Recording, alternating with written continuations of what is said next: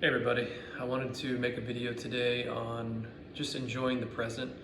I had an idea earlier, actually just had to jump on it as usual. So I noticed in the last 10 years or so of my life, I've been focusing pretty heavily on self-improvement, and it is very easy to get caught up in outcomes and not really enjoy the present and the journey that you're on. So I wanted to really talk about when you're doing things, just make sure that you're focusing on the right things early on and you're not thinking, hey, in the future I'm going to be at X state, and right now you might be with people that you love, or you might be doing things that you enjoy, but you're thinking about, well, I'll be happier at this point. Like, I want you to be really careful about that. And that kind of comes to a video I'll make in the future about kind of designing your day. And so if you have an idea of what you want your life to look like, for example, when I was when I was in my 20s or even 18 and above, I would have an idea of this environment where I was near, I'd have a lake in my backyard and a mountain right by it, so I could rock climb and I could go swim in the lake and maybe do like meditation and yoga in front of the lake. And I had a garden in my backyard with all this nature and flowers and everything. And I had my beautiful wife next to me. And there's nothing wrong with this. It's just that you need to design this day now. So if there's things that you want to do, don't wait for another state of mind, because there is no other day. Like, today is your life. So what's on your calendar today is your life. And so I see that, and I used to do this, people, they don't structure their day the way that they would want their perfect life to be. They just think that a perfect life is going to appear, because they don't live in long term. They live in, I know what's going to happen today and tomorrow, but I don't know what's going to happen in a week. And like, technically you don't, but you really have to think 10 years ahead, right? You have to understand that in 10 years, the day 10 years from now is going to be the present, and it's going to be similar to today. So you got to get these habits in stone. You got to design the day that you want, and you got to cultivate relationships that you want. And that's why, a lot of people, if you don't practice minimalism as well and really just overall enjoying the present, you're going to end up in a position where you don't enjoy what you have and the people that you have invested in. Because they also are, like yourself, not looking for the right things. They are addicted to thinking, and they're addicted to cheap pleasures. And especially if you get to the point where you have money, that's when you got people that are buying cars and jewelry and liabilities and things like that. It's because they didn't cultivate all these things that I'm talking about early on. This stuff doesn't cost a lot of money. It doesn't cost really money to find good friendships, or to go to the gym and lift some weight and build muscle.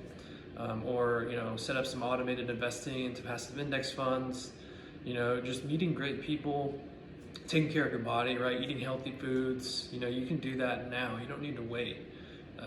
Or going in the sauna or cold shower, stuff like that. All these things that can make you feel great, that are this the opposite of cheap pleasure. It's these things that you can kind of front load the pleasure, or front load kind of the pain and discomfort, and then you're going to get these long-term benefits. Like, you need to get these things set in stone, because once you're doing these things,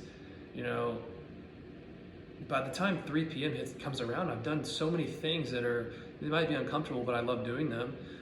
And I can sit down and stare at a brick wall, and I'll be at peace and I'll be fulfilled, because I've laid the building blocks to, just overall fulfillment. Like, I'm happy that I've done these things and they make me feel good, and I have good relationships. And I don't need fancy cars or clothes or anything like that in order to be happy. And I also, when I'm around people, I try to be as present as possible. And another reason why I recommend the meditation is because it's going to teach you to stop the addictive thinking that we've slowly accumulated, having been in a society that's all about stimulation. And it's an attention economy. Everything is just trying to steal your attention, and that's, nothing against them. That's how they make money nowadays, right? Attention is kind of like the new real estate, but it comes at a cost, especially for people that are not aware of it. So you need to be aware that everyone, they're coming for your attention, And so it's very easy for you to just think about the past and the future, and it's very easy to think about the next, pleasurable meal you're gonna have in a day or so, or, and you might be, talking with someone, talking to your mother, for say, who knows how much longer your parents are gonna live, and you're thinking about some other bullshit in the next day or the next couple hours, and you're not fully present, so really try to practice meditation and being mindful, go on a nature walk and watch the, I like to watch dragonflies fly by and just think about, again, I'm addicted to thinking because I'm about to start talking about thinking about how a dragonfly is able to maneuver certain ways. But really what I mean is, I'll kind of really observe how they're moving, and I'll listen to the sounds that are out there. I'll listen to the birds and just do not think. That's the goal. But if you do, don't judge it. You just kind of like observe it and move on. You can do this pretty cool exercise where when you're walking, you can picture yourself just kind of walking on a treadmill and the world is coming at you. And it's a really cool exercise that Sam Harris talks about in his app. So whenever you're walking, just picture the world rolling, and it's like you're actually stationary and the world is kind of just coming at you. And it's very interesting. It engages you, and it changes the perception of what you're looking at, and it makes you focused. And then you might switch back to you are the one walking and the world is static, which is true. But when you flip in between those perceptions, it gives you this like couple of moments of calibrating, trying to focus on the moments in between those two perceptions. And it's a really cool exercise to try to stay grounded. But that's just one tool that I use. But overall, I think my point here is really just focus on enjoying the journey, because it sounds cliche, but that is true. Stop and smell the roses, and as early as you can, build the habits and build the life that you want, and try to be as present as you can with the relationships that you're fostering, and the different hobbies and activities that you're doing. Really stay focused and stay present on those, and don't wait until X day to live the life that you live, or tell yourself that, oh, I'll be happy when. No, you need to do it today, right now. You need to pull up your Google Calendar. You need to, if you don't have it, download it, or some calendar. You need to see, what the fuck am I doing today? And if you have nothing on there, then you're probably going to fill it with BS like social media and whatever else. But if you have intention, you can go in there and really get things done and build a life that you want to live. And I'll actually make a video on how to craft your own day.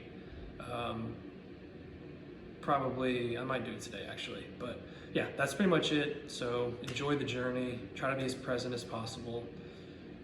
Don't buy liabilities, don't search for happiness through hedonistic, cheap pleasures, and I'll catch you later.